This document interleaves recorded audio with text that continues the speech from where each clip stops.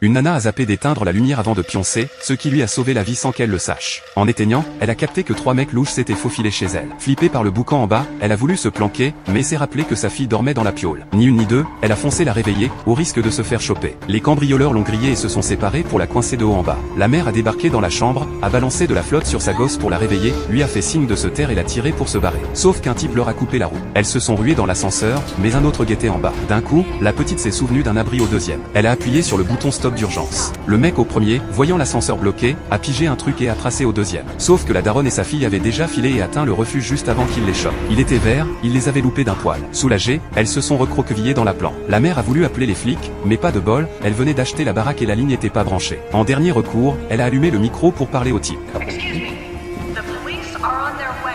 Le mec y a pas cru, vu qu'il avait lui-même construit la maison. Avant de venir, il avait bien étudié le plan. La nana flippait, elle voulait lui foutre la trouille mais il connaissait les lieux par cœur. Il a brandi un message sur la caméra, il voulait juste le coffre dans la planque, pas leur faire de mal. Mais elle l'a pas cru. Comme elle réagissait pas, les mecs ont sorti leur matos pour barricader la porte. Leur plan, les séquestrer jusqu'à ce qu'elle se rende.